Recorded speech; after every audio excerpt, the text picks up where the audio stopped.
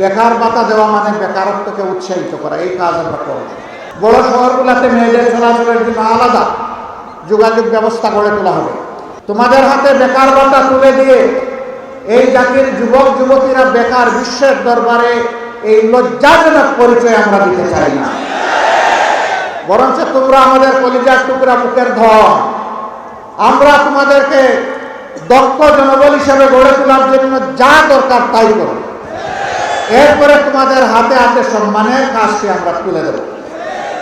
তখন তোমরা হবে গর্বিত নাগরিক, বুক ফুলিয়ে বলবে আমিও বাংলাদেশের উন্নয়নে অবদান রেখে চলেছি, আমি বাংলাদেশের একজন দক্ষ লোক। আমরা সেই দক্ষতা এবং প্রাপ্যতার ভিত্তিতে কাজ হাতে তুলে দিতে চাই। আমরা চাই না আমাদের পটেনশিয়াল একজন যুবক কিংবা যুবতী তারা দেশ গড়ার কাজ থেকে বঞ্চিত হোক।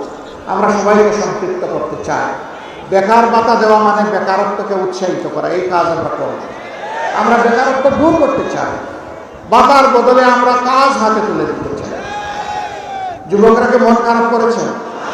দেখে হাত তুলে বলেন তো, আপনারা কি বেকার ভাতা নিতে চান? আপনারা আপনাদের দক্ষ হাত কাজের জন্য পেরেশান হয়ে খোলা রাখবেন, সে হাত আমরা ভরে দেব ইনশাআল্লাহ।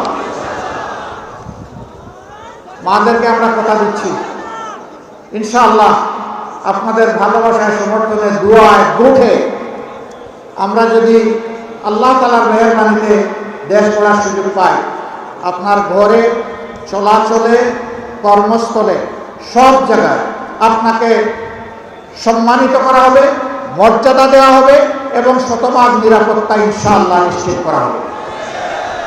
বড় শহরগুলোতে মেয়েদের চলাচলের জন্য আলাদা যোগাযোগ ব্যবস্থা গড়ে তোলা হবে। জায়গায় জায়গায় পুরুষের জন্য অনেক ব্যবস্থা আছে, মহিলাদের জন্য কোনো ওয়াশরুমের ব্যবস্থা নেই, নামাজের ব্যবস্থা নেই।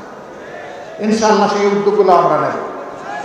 আমি যখন দেশে বিদেশে ভ্রমণ করি তখন যারা বিমানের কর্মচারী বা ক্রাফটের কর্মচারী বাংলাদেশি যারা, তারা অনেকে এসে বলে আমরা কি আপনারা আসলে যদি চাই তাহলে মাথায় এক টুকরা কাপড় দিতে পারবো, আমাদেরকে এই অপশনটাকে খুলে দেওয়া হবে? মাটির দিকে তাকাইয়া বলি, মা, যদি আল্লাহ সেই সুযোগ দিবেন, দিয়ে থাকেন, তাহলে সকল ধর্মের লোকেরা তাদের ধর্মীয় পোশাক আশাক করতে পারবে, কাউকে বাধা দেওয়া হবে না।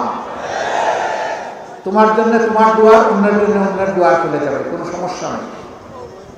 সম্মানিত ভাইয়েরা, 90 ভাগ মুসলমানের দেশে 54 বছর পরে একটা মেয়ে, একটা মা আমাকে কেন এই প্রশ্ন করতে জানতে চাই। ইনশাআল্লাহ সকল ক্ষেত্রে তার সমাধান করা হবে আল্লাহ।